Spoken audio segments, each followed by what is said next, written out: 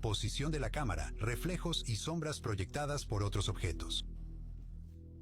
Por lo tanto, el sombreado de fragmentos se utiliza para sombrear cada píxel con una iluminación precisa para que la escena sea realista. Como recordatorio, los fragmentos son grupos de píxeles formados a partir de un solo triángulo rasterizado.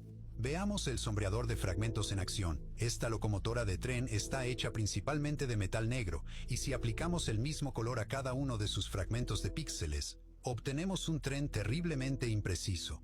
Pero una vez que aplicamos el sombreado adecuado, como oscurecer la parte inferior y aclarar la superior, y al agregar reflejos especulares o brillo donde la luz rebota en la superficie, obtenemos un tren de metal negro realista.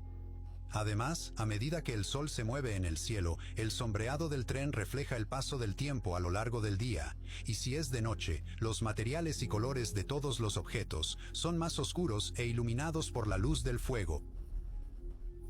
Incluso los videojuegos, como Super Mario 64, que tiene casi 30 años, tienen un sombreado simple donde los colores de las superficies cambian por la iluminación y las sombras de la escena.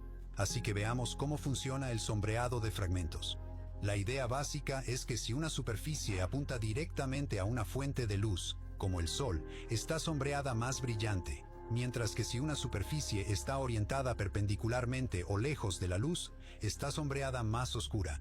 Para calcular el sombreado del triángulo, hay dos detalles clave que debemos conocer. Primero, la dirección de la luz, y segundo, la dirección hacia la que está orientada la superficie del triángulo. Sigamos usando la locomotora como ejemplo y pintémosla de rojo brillante en lugar de negro. Como ya sabes, este tren está formado por 762.000 triángulos planos, muchos de los cuales miran en diferentes direcciones. La dirección en la que está orientado un triángulo individual se llama normal de superficie, que es simplemente la dirección perpendicular al plano del triángulo, algo así como un asta de bandera que sobresale del suelo. Para calcular el sombreado de un triángulo, tomamos el coseno del ángulo, o teta, entre las dos direcciones. El valor del coseno teta es 1 cuando la superficie está orientada hacia la luz, y cuando la superficie es perpendicular a la luz es 0. A continuación, multiplicamos el coseno teta por la intensidad de la luz y luego por el color del material para obtener el color correctamente sombreado de ese triángulo. Este proceso ajusta los valores RGB del triángulo, y como resultado, obtenemos una gama de claridad a oscuridad de una superficie, dependiendo de cómo sus triángulos individuales estén frente a la luz. Sin embargo, si la superficie es perpendicular o está orientada hacia afuera, no queremos un valor de coseno teta de 0 o un número negativo, porque esto daría como resultado una superficie completamente negra. Por lo tanto, establecemos el mínimo en 0 y añadimos una intensidad de luz ambiental multiplicada por el color de la superficie, y ajustamos esta luz ambiental para que sea más alta en escenas diurnas y más cercana a 0 por la noche.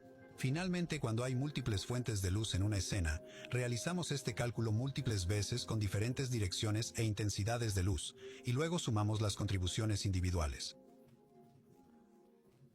Tener más de unas pocas fuentes de luz es computacionalmente intenso para la GPU, y así, las escenas limitan el número de fuentes de luz individuales y a veces limitan el rango de influencia para las luces, por lo que los triángulos ignorarán las luces distantes. Las matemáticas vectoriales y matriciales utilizadas en el renderizado de gráficos de videojuegos son bastante complicadas, pero por suerte hay una manera gratuita y fácil de aprenderlas, y es con Brilliant.org. Volvamos a explorar el sombreado de fragmentos. Un problema clave es que los triángulos dentro de un objeto tienen una sola normal, por lo que cada triángulo compartirá el mismo color en toda su superficie. Esto se llama sombreado plano y es poco realista en superficies curvas como el cuerpo de esta máquina de vapor. Para producir un sombreado suave, en lugar de usar normales de superficie, usamos una normal para cada vértice calculada, usando el promedio de las normales de los triángulos adyacentes. Luego, usamos coordenadas baricéntricas para producir un gradiente suave de normales a través de la superficie de un triángulo. Es como mezclar 3 colores diferentes a través de un triángulo, pero estamos usando las 3 direcciones normales de los vértices. Para un fragmento dado, tomamos el centro de cada píxel, y usamos las normales de vértice y las coordenadas del triángulo pre-rasterizado para calcular la normal baricéntrica de ese píxel particular. Al igual que mezclas los tres colores en un triángulo, la normal de este píxel será una mezcla proporcional de las tres normales de los vértices del triángulo. Como resultado, cuando se utiliza un conjunto de triángulos para formar una superficie curva, cada píxel será parte de una pendiente de normales, resultando en una pendiente de ángulos orientados hacia la luz, con coloración píxel por píxel y sombreado suave en toda la superficie. Queremos decir que este ha sido uno de los vídeos más divertidos de hacer, simplemente porque nos encanta jugar a videojuegos, y ver el algoritmo que hace estos increíbles gráficos ha sido una gozada.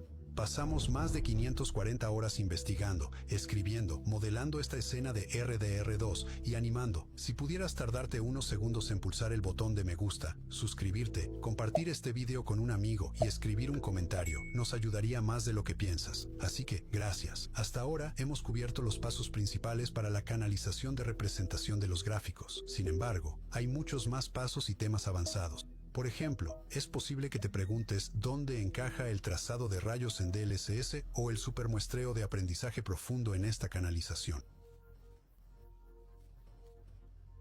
El trazado de rayos se utiliza principalmente para crear escenas muy detalladas, con iluminación y reflejos precisos, que suelen encontrarse en la televisión y las películas. Un solo fotograma puede tardar docenas de minutos o más en renderizarse. En el caso de los videojuegos, la visibilidad y el sombreado principales de los objetos se calculan mediante la canalización de representación de gráficos que hemos comentado. Pero en ciertos videojuegos, el trazado de rayos se utiliza para calcular sombras, reflejos y mejorar la iluminación. Por otro lado, DLSS es un algoritmo para tomar un fotograma de baja resolución y escalarlo a un fotograma 4K utilizando una red neuronal de convolución. Por lo tanto, DLSS se ejecuta después de que el trazado de rayos en la canalización de gráficos genere un fotograma de baja resolución. Una nota interesante es que la última generación de GPU tiene tres arquitecturas completamente separadas de recursos computacionales o núcleos. CUDA, o núcleos de sombreado, ejecutan la canalización de representación de gráficos. Los núcleos de trazado de rayos se explican por sí mismos. Y luego DLSS se ejecuta en los núcleos tensoriales. Por lo tanto, al jugar un videojuego de gama alta con trazado de rayos y DLSS, tu GPU utiliza todos sus recursos computacionales simultáneamente, permitiéndote jugar juegos en 4K y renderizar fotogramas en menos de 10 milisegundos cada uno. Mientras que, si tuvieras que confiar únicamente en los núcleos CUDA o de sombreado, un solo fotograma tardaría alrededor de 50 milisegundos. En ese sentido, el trazado de rayos y el DLSS son temas completamente diferentes con sus propios algoritmos igualmente complejos. Y por lo tanto, estamos planeando vídeos separados que explorarán cada uno de estos temas en detalle. Además, en lo que respecta a los gráficos de los videojuegos, existen temas avanzados como sombras, reflejos, rayos UV, mapas normales y más. Por ello, estamos considerando hacer un vídeo adicional sobre estos temas avanzados. Si estás interesado en un vídeo de ese tipo, háznoslo saber en los comentarios.